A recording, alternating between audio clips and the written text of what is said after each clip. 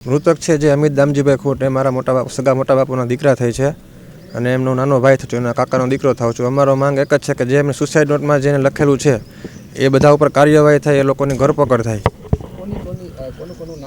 બધા મીડિયા સમક્ષ આપણે બધું રજૂ કરેલું છે, બધા લોકોને જગજાહેર છે, ગુજરાતની જનતા જાણે છે કોના કોના નામ છે ને કાલનું સવારથી જ બધા મીડિયામાં પ્રસરી રહ્યું છે આ બધું, એટલે બધું જાણે જ છે લોકો. પાટીદાર સમાજના આગેવાનો બધા લોકોને જાણ કરી છે, પણ અત્યાર સુધીમાં કોઈ આવ્યા નથી. અમે 12 થી 15 કલાક ઉપર સમય વીતવા આવ્યો છે. અત્યારે કાલ બપોરે અમે 12 થી 1 વાગ્યા આસપાસ અમે ડેડ બોડી લઈને અમિતભાઈની પહોંચેલા હતા. આજે હમણાં 12 થી 1 વાગ્યાના 2 થી 3 કલાકની વાર છે.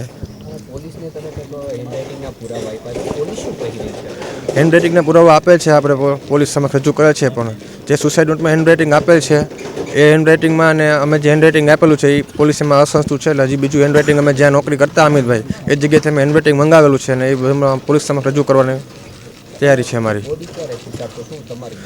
અમારી માંગ એક જ છે કે જે તે સમયે અમને ન્યાય મળે. અત્યારે આ કોઈ સુસાઇડમાં પોતે આત્મહત્યા કરેલ અમને લાગતું નથી.